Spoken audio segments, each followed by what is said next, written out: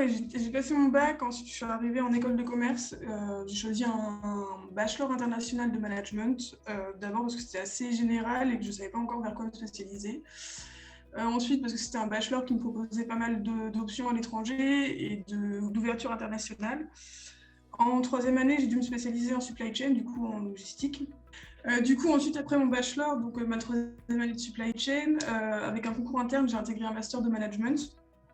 Donc pendant un an, et ensuite en deuxième année de master, tu as le choix tu peux doubler ton diplôme. En fait, du coup, j'ai choisi de doubler mon diplôme avec un master en sciences de développement durable, qui est en partenariat avec une école d'ingé de Rennes, l'école des métiers de l'environnement.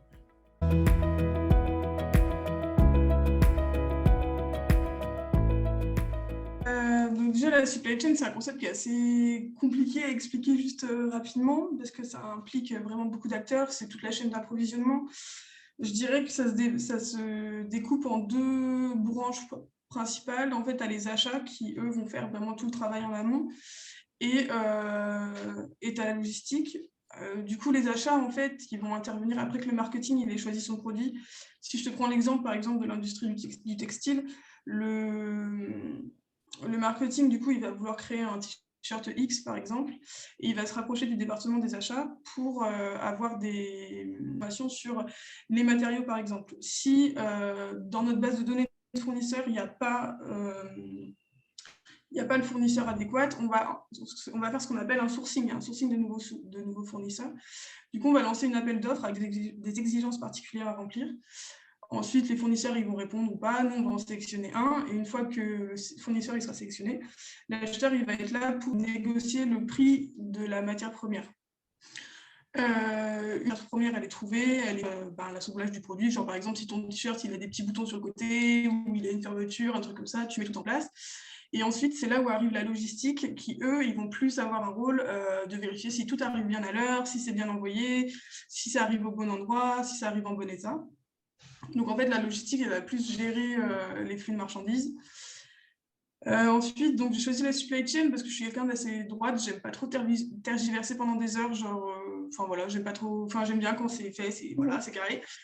L'avantage de la supply chain, c'est que c'est assez concret. Ce qui m'a plu aussi, c'est la réactivité que tu dois avoir. Genre, par exemple, si tu as un problème qui arrive dans ta production, il faut savoir réagir du tac au tac comme ça et proposer une solution qui puisse subvenir au problème, quoi.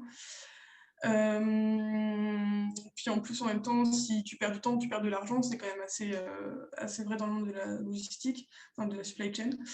Il y a un autre élément qui m'a beaucoup convaincu aussi, c'est que j'aime bien parler avec les gens, j'aime bien avoir un relationnel. C'est important pour moi pour travailler, j'ai besoin d'avoir de l'humain.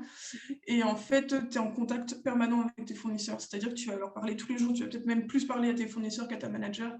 Et puis, si tu arrives à bien gérer ta relation avec le fournisseur, ça peut vraiment être agréable au quotidien. Enfin, tu sais, c'est des petits échanges de mails, mais qui sont assez importants quand même.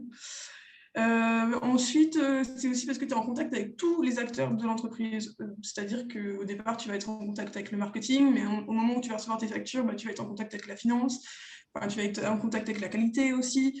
Du coup, tu as vraiment une interaction au niveau de tous les membres, tous les acteurs de l'entreprise, et c'est assez intéressant. Voilà.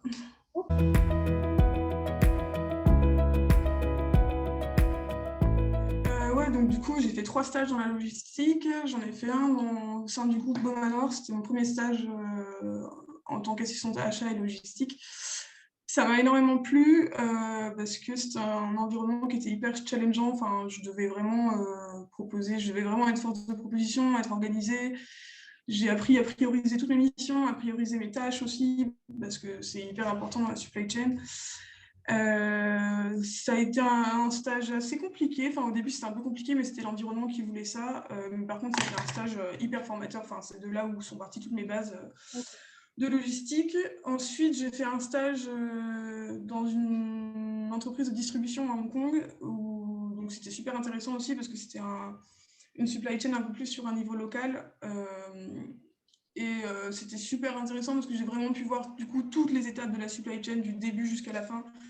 Vu que c'était une petite entreprise, une petite structure, en fait, tu avais moyen de toucher plus tout à tout, quoi. Et ensuite, j'ai fait un autre stage au sein du groupe Rocher, où j'étais assistante approvisionnement stratégique. Et du coup, là, j'étais dans la direction de la supply chain et ça a été super intéressant aussi parce qu'on a fait des prévisions sur 12 à 24 mois. Donc, c'est intéressant parce que ça te permet d'étudier le marché. Qu'est-ce qui va impacter ta production? C'était hyper bien. Et de ce stage-là, vraiment, l'ambiance était très bienveillante parce que quand tu es dans la direction de la supply chain, tu dois prendre tu as un horizon en fait entre 12 et 24 mois.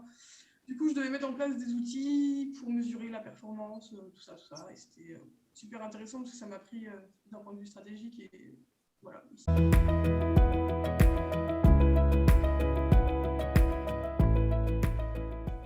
Je pense qu'il n'y a pas de métier idéal dans la logistique. Enfin, ça dépend vraiment de tes compétences à toi, de ce que tu aimes faire, de ce que tu n'aimes pas faire.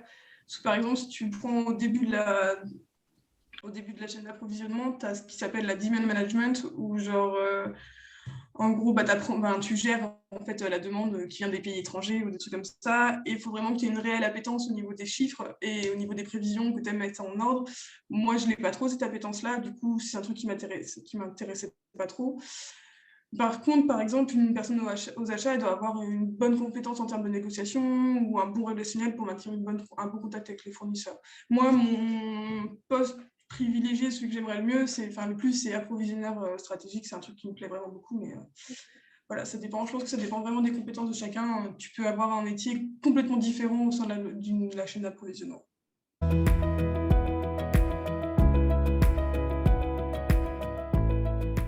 Alors encore une fois, je pense que ça dépend en fait, ça dépend de l'industrie dans laquelle tu es. Parce que, genre, par exemple, quand j'étais au groupe Beaumanoir, c'est une industrie textile du coup, et il y avait énormément de femmes, c'était quasiment que des femmes. Dans le service où j'étais, il y avait peut-être sur 40 personnes, tu avais 5 garçons, je sais pas comment dire. Mais par contre, tu vois, quand j'ai travaillé chez le groupe Rocher, donc c'est quand même une industrie qu'on pourrait penser féminine parce que c'est de la cosmétique. Et au final, tu as quand même pas mal de postes qui étaient occupés du coup par des hommes, quoi. Je pense vraiment que ça dépend vraiment de l'industrie, en fait. Mais en règle générale, c'est quand même un secteur qui est assez paritaire.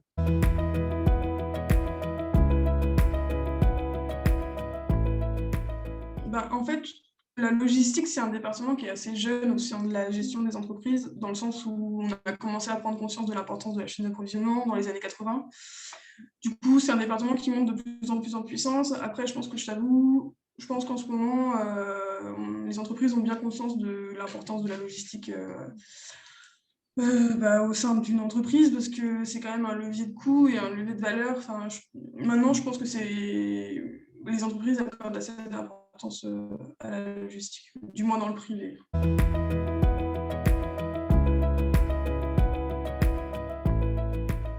Si l'étudiant il aime la rigueur, il aime l'organisation, il aime le contact fournisseur, je dirais go.